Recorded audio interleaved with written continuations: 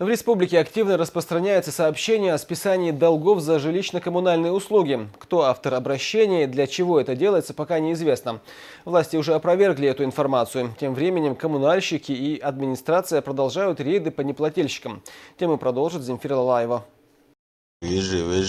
Больше 17 января постановление правительства Российской Федерации полностью долги аннулировать. Иначе Выдавать желаемое за действительное никак иначе сообщение о том, что коммунальные долги аннулируют, не назовешь. Масштабная кампания по взысканию задолженности с абонентов в республике продолжается. Рейды с участием представителей ресурсоснабжающих организаций, администрации города и сотрудников правоохранительных органов показали неплохие результаты.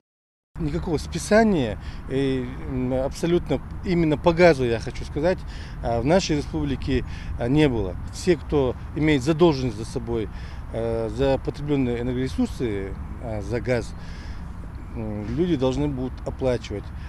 Согласно законодательству, при проведении рейдовых мероприятий мы будем отключать этих людей от газовой сети до погашения соответствующей задолженности.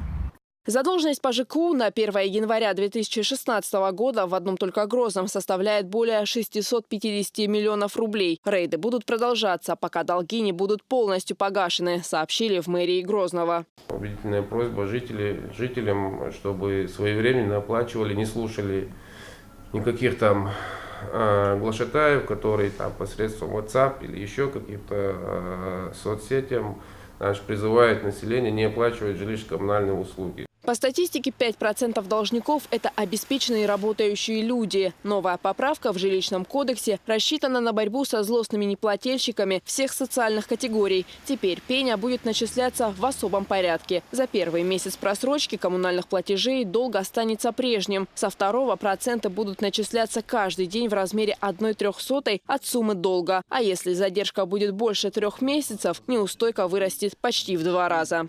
Я хочу просто, чтобы наше население знали, что такая норма у нас есть, она может быть начата, чтобы еще не усугублять свое вложение с этими долгами, задолженностью. Люди все-таки относились к этому вопросу серьезно и объективно.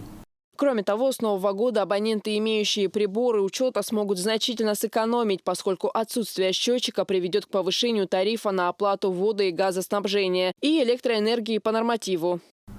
Счетчики, те, кто не имеет, они, будут оплачивать по уже повышенному коэффициенту, то есть к норме потребления добавится еще 40%. С полугодия этого года, с июня месяца, это будет уже составлять 50%, к концу года уже 60%. Законодатель прописал эту норму для того, чтобы население устанавливало приборы учета.